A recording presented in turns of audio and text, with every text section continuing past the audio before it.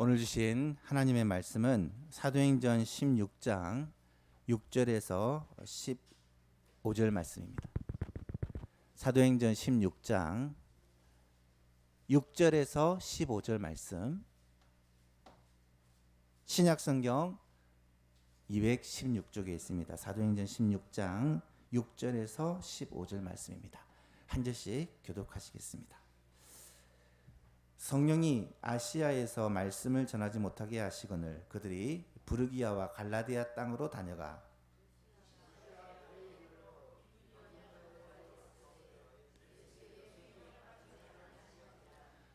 무시아를 지나 드로아로 내려갔는데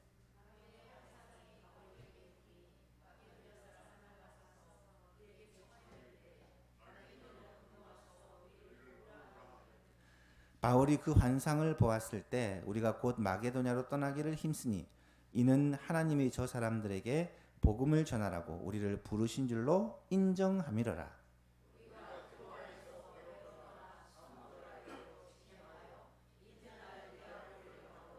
거기서 빌립보에 이르니 이는 마게도냐 지방의 첫 성이요 또 로마의 식민지라. 이 성에서 수일을 유하다가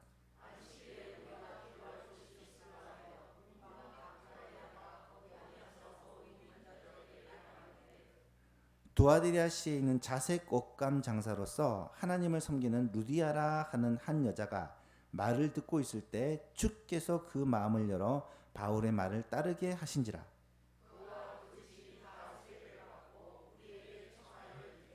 만일 나를 주 믿는 자로 알거든 내 집에 들어와 유하라 하고 강권하여 머물게 하니라. 아멘. 올해 우리 예수만 교회가 은혜와 평강이 충만한 교회를 세워가기 위해 여러 교회들을 탐방하고 있습니다. 7월에는 우리가 빌립보 교회를 함께 찾아가 보고자 합니다. 빌립보 교회는 바울이 2차 전도여행 도중에 세운 교회인데 빌립보라는 이 도시가 유럽의 마게도냐 지방에 있는 도시입니다. 바울은 주로 아시아에서 복음을 전했다가 처음으로 유럽으로 건너가 이 유럽의 첫 번째 도시 이 빌립보에서 교회를 개척하는 장면이 오늘 본문에 나타나게 됩니다. 오늘 본문을 보니까 바울이 본래부터 유럽으로 가려고 계획을 한 것은 아니었습니다. 오히려 아시아에 복음을 전하려고 그렇게 계획을 했던 것 같아요. 그런데 성령께서 바울이 하려는 계획을 막으시는 장면이 나타납니다. 6절 7절을 보니까 성령이 아시아에서 말씀을 전하지 못하게 하시거늘 그들이 부르기아와 갈라디아 땅으로 다녀가 무시아 앞에 이르러 비두니아로 가고자 애쓰되 예수의 영이 성령님을 말하죠. 허락하지 아니하시는지라. 여기서 우리는 진지하게 질문을 해봐야 됩니다. 우리가 계획한 대로 일이 진행되지 않을 때 우리는 어떻게 해야 되나?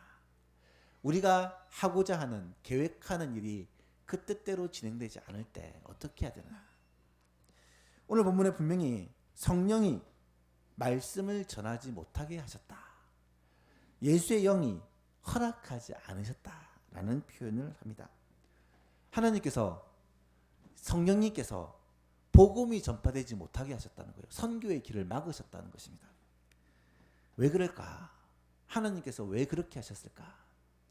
추측을 해본다면 소아시아 지역, 바울이 복음을 전하려 했던 그 소아시아 지역은 이미 1차 전도여행과 2차 전도여행 지금까지 과정에서 여러 교회를 세웠고 또 그 교회를 돌아보았습니다. 어느 정도 교회가 자립을 하고 스스로 복음을 전할 수 있는 그런 능력이 생겼다라는 말입니다. 그래서 복음이 더 필요한 지역, 새로운 대륙 유럽으로 하나님께서 바울 일행을 보내지 않으셨나 생각해 볼 수가 있습니다. 문제는 그런 하나님의 계획과 뜻을 바울과 그 일행이 깨달았느냐라는 거예요. 바울은 분명히 자기 계획과 뜻대로 아시아 지역에 복음을 전하려고 했지만 자꾸 그 복음의 문이 막히고 그 길이 자꾸 열리지 않으니까 고민을 했을 것입니다. 새로운 길로 가려고 비두니아 지역으로 가려고 했는데 그것도 예수의 영이 허락을 하지 않았다라는 거예요. 이때 바울은 그러면 하나님께서 유럽으로 마게도냐 지역으로 가라고 인도하신다는 것을 어떻게 확신할 수 있었을까? 여러분, 무슨 일이 막히고 꼬이면 이것이 사탄이 방해하는 거냐 아니면 하나님께서 인도하시는 거냐를 우리는 분별을 해야 됩니다. 분명히 선한 일이고 죄 짓는 일이 아닌데도 일이 자꾸 막히고 자꾸 꼬이면 사탄이 방해하는 것일까 아니면 하나님이 다른 길로 인도하시는 것일까 우리는 궁금하게 될 수밖에 없다는 거예요. 예를 들면 어떤 선교사님이 선교지에 파송을 받아 언어를 배우고 문화를 배우고 관계를 맺으면서 열심히 전도를 했습니다. 처음으로 파송된 지역이기 때문에 정말 열심히 가슴에 불을 구령의 열정을 안고 그렇게 선교 사역을 했는데 몇 년이 지나도 열매가 없는 거예요. 마음에 낙심이 됐겠죠. 후원하는 교회에 선교 보고를 하려도 할 보고의 내용이 없으니까 노심초사 하다가 드디어 다른 지역으로 가기로 결단을 하게 됩니다. 놀라운 사실은 그렇게 다른 지역으로 선교지를 옮겼더니 가자마자 복음의 문이 활짝 열리기 시작하는데 선교 사역을 잘 마무리하고 돌아오면서 이 선교사님이 이런 얘기를 했다고 합니다. 내가 하고자 하는 의욕만 앞서서는 아무것도 되지 않습니다. 특히 선교는 그렇습니다. 하나님께서 인도하시는 곳에서 하나님께서 원하시는 방법대로 해야 열매가 있습니다. 여러분 그렇습니다. 성령이 인도하시는 길, 하나님께서 기뻐하시는 일을 할 때 우리의 삶에는 기쁨이 있고 평안이 있고 열매가 있습니다. 그것이 무엇이든지 간에 성령께서 인도하시는 길을 따라갈 때 우리의 삶에는 참된 평강이 있고 기쁨이 있고 열매가 있다라는 거예요. 선교도 마찬가지고 교회도 마찬가지입니다. 우리의 삶도 마찬가지입니다. 빌립보 교회는 결국 하나님의 인도하심, 성령의 인도하심을 따라 순종했을 때 세워지게 되었고 이 빌립보라는 지역의 중심으로 복음이 힘있게 전파될 수가 있었다라는 사실입니다. 사랑하는 예수만교 성도 여러분, 혹시 여러분의 삶에 생각하고 계획하는 일이 뜻대로 되지 않을 때가 있습니까? 무엇인가 계속 잘못되고 있고 막히고 있고 환경과 상황이 열리지 않는다고 느끼고 있으십니까? 이때 우리는 한 번 더 고민을 하고 자신을 돌아볼 필요가 있습니다. 이 길이 하나님이 기뻐하시는 길인가? 이 길이 성령께서 인도하시는 길인가? 하는 질문을 던져야 합니다. 여러분, 일이 내 계획하고 생각한 대로 되지 않는다고 실망하고 좌절하고 낙심하지 마시기를 바랍니다. 왜냐하면 내가 하나님 안에 있고 하나님께서 성령님께서 인도하시는 길을 따라 걷고 있다면 그 길이 잘 되든지 혹은 잘 못 되든지 하나님의 인도하심을 따라 가고 있기 때문입니다. 하나님의 계획은 우리의 삶에 반드시 나타납니다. 시간이 걸릴 수 있고 때로는 인내가 필요할 수 있지만 하나님은 하나님께 순종하는 사람에게 성령의 인도하심을 따르는 자들에게 반드시 하나님께서 역사해 주신다라는 거예요. 그렇다면 이때 성령의 인도하심을 확인하는 방법이 뭘까? 어떻게 성령께서 나를 인도하신다는 확신을 가지고 그 길을 걸어갈 수 있을까? 오늘은 이 바울의 선교 일정을 쭉 생각해 보면서 우리가 성령님의 인도하심을 따라 그 인도하심을 따라 순종하는 방법에 대해 함께 고민을 해 보려고 합니다. 바울의 선교팀은 아시아 지역으로 복음을 전하려고 했는데 하나님께서 유럽으로 인도를 하십니다. 사실 이 결정은 세계 역사의 흐름을 바꾸어 놓는 결정이라고 말할 수 있습니다. 본래는 아시아 쪽으로 복음이 전해지면 중국, 인도를 거쳐서 우리나라에 복음이 일찍 도착했을 가능성이 많아요. 그런데 방향이 유럽으로 건너가면서 온 유럽과 바다를 건너 미주와 그리고 한국까지 거꾸로 지구를 돌아서 복음이 오다 보니까 많은 세월이 걸렸다라는 것을 우리는 알 수가 있죠. 세계 역사의 흐름을 바꾸는 이 중요한 사건이 바로 오늘 본문에 나타난 이 드로아에서의 환상이라는 것입니다.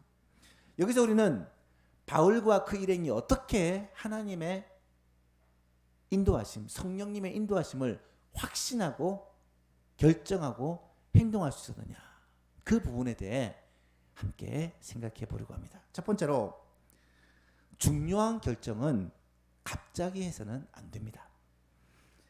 8절과 9절을 보십시오. 무시아를 지나 드로아로 내려갔는데 밤에 환상이 바울에게 보이니 마게도냐 사람 하나가 서서 그에게 청하여 이르기를 마게도냐로 건너와서 우리를 도우라 하거늘.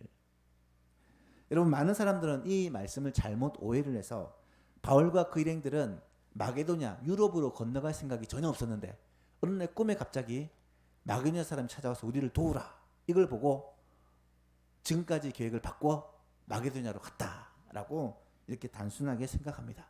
하지만 본문을 잘 읽어보면 그렇지가 않습니다. 6절 7절을 다시 보십시오. 성령이 아시아에서 말씀을 전하지 못하게 하시거늘 그들이 부르기아와 갈라디아 땅으로 다녀가 무시아 앞에 이르러 비두니아로 가고자 애쓰되 예수의 영이 허락하지 않는지라. 여러분, 성령이 아시아에서 말씀을 전하지 못하게 하시고 성령이 비두니아 지역으로 가도록 예수의 영이 허락하지 않으셨다. 무엇인가 계속해서 지금 가려는 길들이 막히고 환경과 상황이 어려움을 겪고 있는 거예요.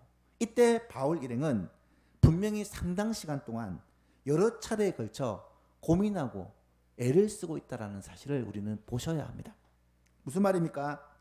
바울과 일행들은 환경과 상황의 어려움을 직면하면서 선교 일정에 대해 또 선교 방법에 대해 계속적으로 고민하고 기도하고 하나님의 뜻을 물었다라는 거예요. 하나님의 뜻이 무엇인지 가르쳐 달라고 기도하면서 하나씩 하나씩 방법을 찾아보더라는 거예요. 그때 상당 기간 동안 이런 고민을 한 끝에 하나님이 기도 응답을 주신 것이 9절이에요. 9절을 다시 보십시오.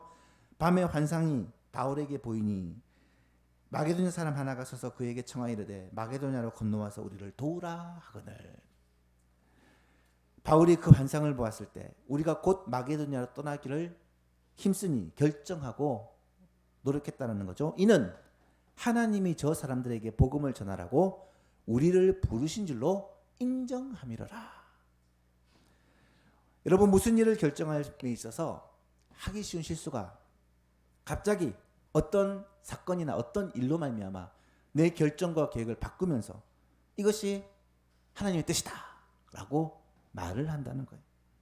하나님의 뜻이 이거니까 오늘부터 이렇게 합시다. 리더가, 지도자가, 교회에서는 목사가 이런 것을 리더십이라고 생각하고 그렇게 탁 선포하면 온 교회가 또 그것을 따르는 것을 은혜로운 교회라고 생각합니다.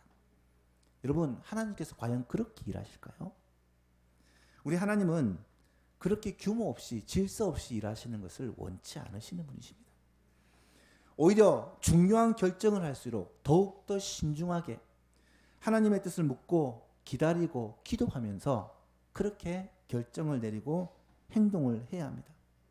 바울의 선교팀이 이 중요한 결정을 내린 데는 그냥 환상 하나로 모든 것을 결정한 것이 아니라 오랜 기간 동안 하나님의 뜻을 묻고 고민하고 기도하는 과정이 있었다는 사실을 우리는 잊지 말아야 돼요.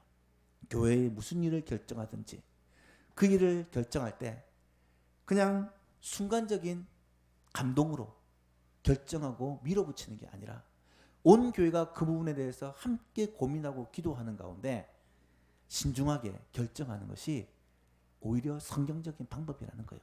두 번째로, 하나님이 말씀하시는 방법을 제한하지 말아야 합니다. 하나님은 바울 일행에게 밤의 환상을 통해 기도 응답을 주셨습니다. 하지만 이것이 유일한 하나님의 응답이었느냐? 그렇지 않다라는 거예요. 환상은 신비한 경험이기 때문에 환상 때문에 이것은 분명히 하나님의 뜻이야 라고 바울 일행이 결정을 했느냐? 그것도 아니라는 것입니다. 하나님은 다양한 방법으로 다양하게 우리에게 말씀하십니다. 제가 초반에 여러분에게 하나님이 우리에게 말씀하시는 방법에 대해서 여러 번 강조를 했었는데, 굳이 말씀하시는 방법을 중요한 순서대로 좀 설명을 하자면 하나님 우리에게 이런 식으로 말씀을 하세요. 가장 첫 번째로는 예배 시간에 말씀을 통해 우리에게 하나님의 뜻을 가르쳐 주십니다. 두 번째는 말씀 묵상할 때 깨달음을 통해 우리에게 하나님의 뜻을 가르쳐 주십니다. 세 번째는 찬양이나 기도를 통해 하나님의 감동을 주심으로 우리에게 하나님의 뜻을 가르쳐 주세요. 네 번째는 다른 사람의 조언을 통해 하나님의 뜻을 깨닫게 해주십니다. 다섯 번째로는 환경이나 상황을 통해 하나님의 뜻을 가르쳐 주시고, 여섯 번째는 고난이나 박해, 매를 드는 거죠. 돌아오지 않고 계속해서 엇길로 갈 때 하나님은 쳐서 우리를 가르쳐 주십니다. 굳이 일곱 번째 마지막 순서를 넣자면 꿈이나 환상이나 기적을 통해 하나님의 뜻을 가르쳐 주시기도 합니다. 이 말은 순서가 중요한 게 아니라 다양한 방법으로 하나님 우리에게 말씀하신다는 거예요. 그래서 하나님은 지금도 우리에게 하나님의 뜻을 가르쳐 주시기 위해서 한 가지만 방법을 고집하는 게 아니라 이런 여러 가지 방법을 통해 하나님의 뜻이 무엇인지를 우리에게 가르쳐 주고 그 길로 인도해 가신다라는 거예요. 그렇다면 우리는 어떻게 해야 되느냐? 여러 방법들에 대해 마음을 열어놓고 하나님께서 계속해서 묻고 기도하는 가운데 하나님께서 우리를 어떻게 인도하시는지를 영적으로 깨어 분별을 해야 되는 거예요. 그래서 하나님은 우리를 하여금 충분히 공감하고 인정하고 설득시키면서 하나님의 뜻을 이루어 가신다는 거예요. 분명히 바울도 꿈이 환상이 유일한 하나님의 음성이 아니었을 거예요. 그 전에 같이 모여 기도할 때, 함께 예배 드릴 때, 말씀 묵상할 때 그 선도팀이 하는 사역을 통해 하나님은 계속적으로 하나님의 뜻이 유럽의 마게도냐 사람들에게 있다라는 것을 가르쳐 주셨을 거예요. 마지막으로 이 일을 결정하게 된 계기가 이 환상을 통해 맞아, 마게도냐 사람이 우리를 부르고 있다라는 것을 확인했다는 사실입니다. 사랑하는 예수만교신 여러분, 하나님은 지금도 다양한 방법으로 우리에게 말씀하십니다. 영적으로 눈을 떠서 하나님이 우리에게 말씀하시는 다양한 음성을 듣는 지혜로운 성도님 되시기를 축복합니다. 세 번째로, 항상 공동체와 함께 의논해야 됩니다. 9절 10절을 다시 보십시오. 밤에 환상이 바울에게 보이니 마게도냐 사람 하나가 서서 그에게 청하여 이르되 마게도냐로 건너와서 우리를 도우라 하거늘 바울이 그 환상을 보았을 때에 우리가 곧 마게도냐로 떠나기를 힘쓰니 이는 하나님이 저 사람들에게 복음을 전하라고 우리를 부르신 줄로 인정함이더라. 인정함이더라. 밤에 환상을 보고 나서 바울이 누구에게 이 얘기를 했겠습니까? 선교팀에게 그 얘기를 나눈 거예요. 그런데 그 얘기를 나누는 가운데, 이 선교팀과 의논하는 가운데, 맞아, 하나님이 지금까지 이 길을 막으시고 지금까지 계속해서 우리에게 마음을 주신 것은 마게도냐 사람들에게 복음을 전하라고 하나님께서 우리를 그 길로 인도하시는구나라는 것을 모든 공동체원들이 깨닫고 인정하게 되었다는 사실이에요. 사랑하는 성도 여러분, 하나님은 이렇게 함께 의논하고 함께 기도하면서 하나님의 뜻을 분별하고 결정하라고 교회를 주신 거예요. 공동체를 주신 것입니다. 무슨 일을 만나면 내가 알아서 결정하고 내가 알아서 행동하라는 것이 아니고 함께 기도하고 함께 하나님의 뜻을 구하라고 교회를 주신 거예요. 왜 교회에 당회가 존재하고 재직회가 존재하고 공동회가 존재하는 줄 아십니까? 한국교회에서 많이 해왔던 실수가 무엇입니까? 담임 목사가 결정한 일은 하나님의 뜻이고 교회는 이 뜻에 무조건 순종해야 된다. 그것을 믿음이라고 착각을 해왔어요. 여러분, 그렇지 않습니다. 물론 담임 목사가 목회 전문가요. 누구보다 교회를 많이 생각하고 기도하기 때문에 담임 목사에게 성경과 신학에 대한 지식이 있기 때문에 하나님의 뜻을 더 잘 분별할 가능성은 많죠. 그러나 성경을 보십시오. 바울도 성경의 모든 지도자들도 항상 교회의 그룹이, 지도자 그룹이, 교회의 지도자들이 함께 의논하고 고민하고 기도하면서 결정하고 어떤 일을 진행해 나가고 있다는 거예요. 초대교회도 마찬가지죠. 마띠아를 뽑을 때도 어떻게 뽑았습니까? 7 집사를 세울 때도 어떻게 세웠습니까? 고넬료 사건 때도 어떻게 이 일이 하나님의 뜻이라고, 이방인에게 복음 전하는 것이 하나님의 뜻이라고 결정했습니까? 교회가 함께 의논하고 기도하며 결정한 거예요. 바울도 마찬가지예요. 선교의 방향을 완전히 옮기는 이 중요한 일을 결정할 때 바울이 이게 하나님의 뜻이야 이렇게 한 게 아니라 온 교회가 함께 기도하며 이 일을 결정했다는 거예요. 이것이 성경적인 방법이요, 이것이 지혜로운 방법이라는 사실입니다. 우리의 소망교회도 그런 지혜로운 교회, 그런 멋있는 공동체가 될 수 있기를 간절히 바랍니다. 마지막으로 그렇게 성령의 인도하심을 따라 순종했을 때 그 결과가 어땠느냐, 이것이 중요합니다. 바울 일행은 하나님의 뜻이 마게도냐에서 복음을 전하라는 것을 이제 알게 되었어요. 그리고 오래 지체하지 않고 바로 마게도냐로 가는 길을 그렇게 옮기게 되었습니다. 그런데 이것은 사실 쉬운 일이 아닙니다. 여러분, 계획했던 일을 바꾼다는 것이 쉽지 않은 일이잖아요. 거기다가 아시아에서 유럽으로 건너간다는 것은 굉장히 큰 모험입니다. 왜냐하면 유럽은 기후도 언어도 문화도 아시아는 많이 달랐다고 해요. 전도팀이 유럽의 언어와 문화에 무지하기 때문에 그것을 도와줄 사람이 필요했다는 거예요. 가이드, 인도자가 있어야 된다는 거예요. 이 당시는 여러 지역을 다니면서 살던 시대가 아니기 때문에 아마 바울의 전도팀 가운데 유럽을 가본 사람이 한 명도 없었을 가능성이 많아요. 이때 하나님께서 예비해 두신 사람이 있습니다. 그게 누구냐? 바로 누가예요. 11절 12절을 보면 우리가 드로아에서 베로 떠나 사모드라게로 직행하여 이튿날 네아폴리로 가고 거기서 빌립보에 이르니 이는 마게도냐 지방의 첫 성이요 또 로마 식민지라 이 성에서 수혜를 유하다가. 여러분, 바울의 전도행을 쭉 보시면 1차 전도행은 바울과 바나바가 화자입니다. 주로 얘기를 합니다. 2차 전도행도 시작은 바울이 이렇게 얘기를 해요. 하다가 오늘 보면 6절부터 시작해서는 우리가 라는 표현이 상당히 많이 나와요. 그래서 우리는 누구를 말하느냐? 바울의 선교팀을 말하지만 동시에 이 사도행전의 저자인 누가를 포함하는 거예요. 어떻게 알 수 있느냐? 누가는 이 선교팀이 언제부터 동행하여 기록을 했을까?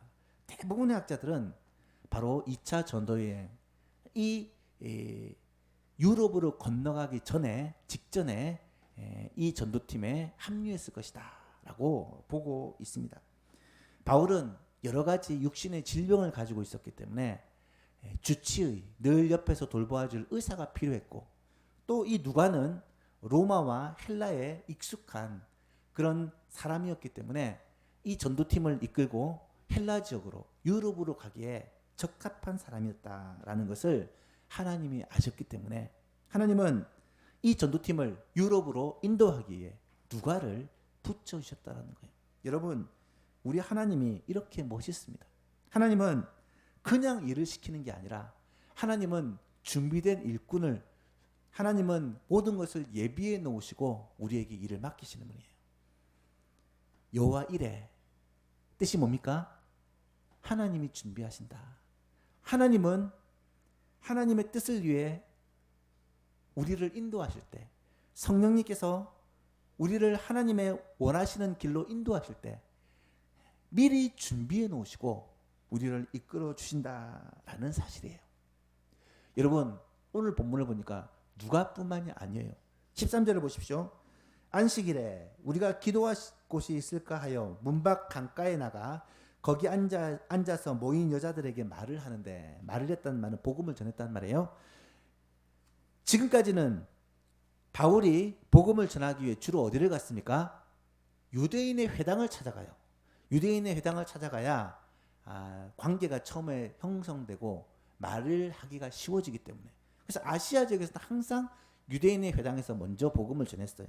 그런데 빌립보에 와서는 유대인의 회당을 찾지 않고 기도할 곳을 찾습니다. 왜 그랬을까? 유대인의 회당이 없었기 때문이에요. 본래 유대인들은 항상 회당을 중심으로 보입니다. 지금도 마찬가지지만 유대인들은 남자 성인이 10명만 되면 종족수가 채워져서 회당을 짓게 돼 있어요. 어디를 가든지 유대인들은 남자 성인 10명만 모이면 회당을 짓습니다. 그리고 그 회당을 중심으로 유대인 공동체를 만들어요. 유대인들은 모든 생활의 중심이 철저하게 회당입니다. AD 70년 이 예루살렘이 로마에 의해서 점령을 당하고 이 유다 민족이 전 세계로 뿔뿔이 흩어지게 돼요. 그런데 1948년 1900년 가까이 디아스포라 떠돌아다니던 유대인들이 다시 모여서 나라를 세웁니다. 여러분, 전 세계로 뿔뿔이 흩어졌던 유대 민족이 1900년 만에 어떻게 다시금 나라를 회복할 수 있었을까? 그 힘은 결국 회당 때문이라고 말할 수 있어요. 유대인들은 어디를 가나 10명 이상만 모이면 회당을 만들고 그것을 중심으로 성경을 가르치고 이 유대인의 그 말씀을 교육시키며 이 여호와 신앙을 잃지 않았다라는 거예요. 만약에 회당이 없었다면 결코 이 유대민족이 지금까지 존재하지 않았을 것입니다. 회당과 안식일은 유대민족의 힘이었다는 거예요. 유대민족이 회당을 중심으로 안식일에는 항상 회당에 모여 그렇게 여호와를 섬기는 신앙을 유지했던 것을 볼 때 오늘 우리들도 주일을 중심으로 교회를 중심으로 신앙생활하는 것이 얼마나 중요한지를 한 번 더 깨달아야 합니다. 신앙생활에 중심이 있어야 돼요. 장소적인 중심은 회당, 오늘날로 얘기하면 교회고요. 그리고 우리의 신앙의 중심은 예배가 되어야 한다라는 것입니다. 주일 중심, 예배 중심, 이것은 초대교회 때부터 지금까지 우리 기독교 신앙이 힘을 잃지 않고 계속해서 힘있게 퍼져나갈 수 있는 원동력이 되었다는 사실을 우리는 알아야 합니다. 주일날 함께 모여 하나님께 예배드리는 것, 주일날 함께 예배당에 모여 교회에 모여 함께 하나님께 예배드리는 것, 이것은 그 어떤 것도 양보할 수 없는, 그 어떤 일이 있어도 포기할 수 없는 우리 성도들에게 있어서 최고의 우선순위요 중요한 일이 되어야 한다는 거예요. 이런 신앙이 결국은 끝까지 보존되고 하나님의 나라에 갈 때까지 이 교회 중심, 주일 중심의 신앙은 바뀌지 않는다라는 것을 우리가 꼭 알아야 합니다. 빌립보에는 교회가 회당이 없었어요. 그러다 보니까 회당이 없을 때는 어떻게 하느냐? 몇몇 유대인들이라도 반드시 모여서 예배를 드려야 되는데 그런 기도 처소를 찾다 보니까 유대인들은 이 물이 있는 곳이 신성한 곳이라고 느꼈기 때문에 항상 물 중심으로 모입니다. 그래서 강가에 그들이 모여서 예배를 드리는 거예요. 혹시나 싶어서 강가로 갔더니 그곳에서 소수의 유대인들이 모여있는 것을, 여자들이 모여있는 것을 발견하게 됐다는 거예요. 13절에 보십시오. 안식일에 우리가 기도할 곳이 있을까 하여 문 밖 강가에 나가 거기 앉아서 모인 여자들에게 말을 하는데, 이 모임은 예배 모임이에요. 유태인들과 몇몇 이방인들이 함께한 그 예배 모임입니다. 두아디라시에 사는 자색 옷감 장사로서 하나님을 섬기는 루디아라는 한 여자가 말을 듣고 있을 때, 복음을 듣고 있을 때 주께서 그 마음을 열어 바울의 말을 따르게 하신지라. 여러분, 그 모임에 루디아라는 여인이 참석을 한 것입니다. 이 루디아는 유대인이 아니에요. 두아디라 성의 사람이라는 말은 이방인이란 말입니다. 그 이방인이 기도 모임에 참여했다라는 말은 이 유대 종교에 관심을 가지고 또 하나님을 섬기는 루디아라는 표현은 하나님을 경외하는 사람이 되었다라는 말이에요. 유대교를 교정을 했는지 하지 않았는지는 알 수 없지만 적어도 하나님에 대해서 알고 하나님을 경외하는 사람이었다는 거예요. 그런데 두아디라시에 사는 시에 있는 자색 옷감 장사로서 하나님을 섬기는 루디아라 하는 한 여자가 말을 듣고 있을 때에, 바울이 전하는 이 복음을 듣고 있을 때에 주께서 그 마음을 열어 바울의 말을 따르게 하셨다. 몇몇 사람이 모였겠죠. 그 중에 루디아라는 사람이 있습니다. 그들에게 복음을 전했어요. 열심히 전했겠죠. 근데 그 중에 루디아라는 사람이, 이방인이 바울이 전하는 그 복음을 듣고는 성령께서 그 마음을 활짝 여셔서 그 복음을 그대로 받고 믿게 해주시고 또 그 말을 따르게 했다라는 거예요. 이 말씀을 통해 분명히 알 수 있는 것은 하나님께서 루디아를 예비해 놓으셨다는 말입니다. 여러분, 하나님은 루디아를 미리 예비해 놓으시고 바울 일행을 빌립보로 인도하셨던 것입니다. 한번 생각해 보십시오. 상상을 좀 해보셔야 돼요. 바울 전도팀이 물론 여러 곳에 다니면서 환난과 고난을 무릅쓰고 복음을 전하고 있어요. 하지만 유럽에는 처음 옵니다. 말씀드렸듯이 유럽은 그들과 전혀 다른 문화와 언어와 상황 속에 있습니다. 그런데 하나님께서 선교의 방향을 바꿔서 새로운 곳으로 인도하셨다면 그곳에서 복음을 전할 수 있는 어떤 방법을 열어주셔야 되는데 회당이 없는 거예요. 회당이 있어야 그들에게 복음을 전하고 또 이방인들에게 복음을 전할 텐데 회당이 없는 거예요. 아마도 굉장히 당황스럽고 두렵고 걱정이 되었을 거예요. 그런데 몇몇 유대인들이 모여있는 곳에 가서 복음을 전했더니 그 중에 루디아라는 한 사람을 하나님께서 만나게 해주시고 그 루디아는 바울이 전하는 복음을 듣고는 마음을 열어 그 복음을 영접하고 믿기로 작정하고 바울의 말을 따랐다라는 것입니다. 바울에게 이것이 얼마나 힘과 위로가 되었을까요? 복음 전하는 자에게 그 복음 전하는 복음을 믿고 영접하는 사람처럼 힘이 되고 위로가 되는 사람이 없다는 거예요. 뿐만 아닙니다. 루디아는 자신과 자신의 가족이 온 집이 함께 다 세례를 받았다라고 말합니다.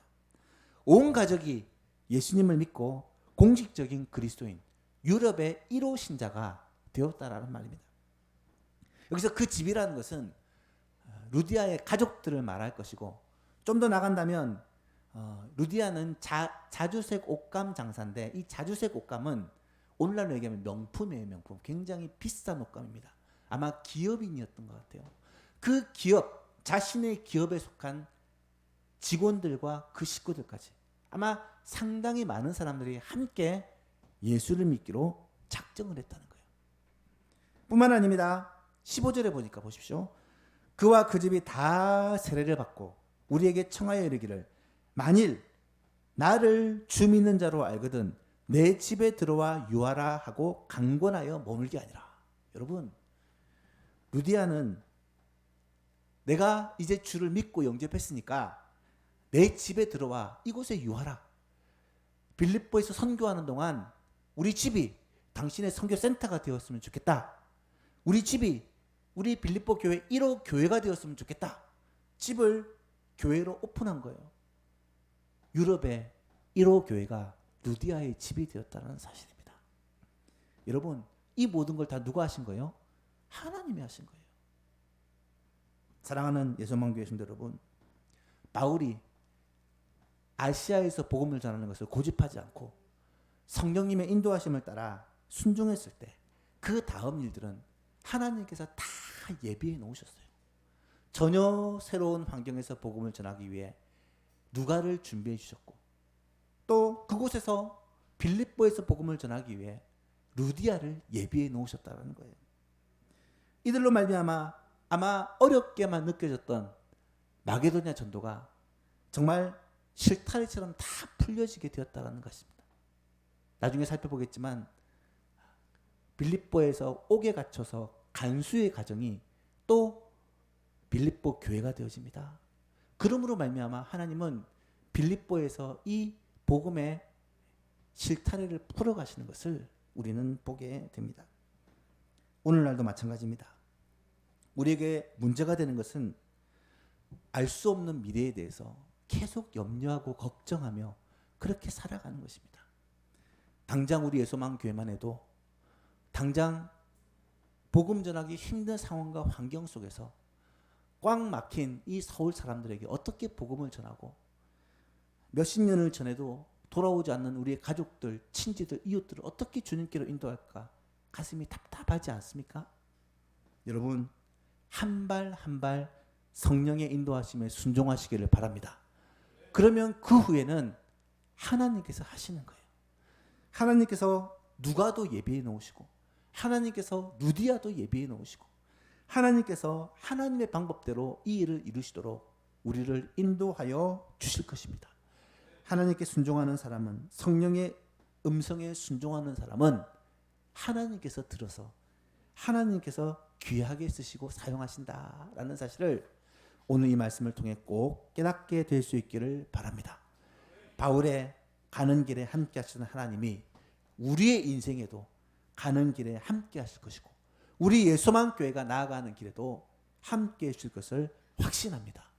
여호와 이레의 하나님을 우리가 믿고 성령님의 음성에 순종할 때 하나님께서 가장 험하고 멀어 보이는 길이라 할지라도 하나님께서 그 가운데 지름길을 내시고 하나님의 방법으로 우리 가운데 일하심으로 말미암아 이 빌립보 교회가 태어났듯이 우리 예수만 교회 가운데, 여러분의 가정 가운데, 여러분 한 사람 한 사람의 인생 가운데 이러한 놀라운 은혜를 베풀어 주실 것을 확신하며 나아가는 예수만 가족들 다 될 수 있기를 축복합니다.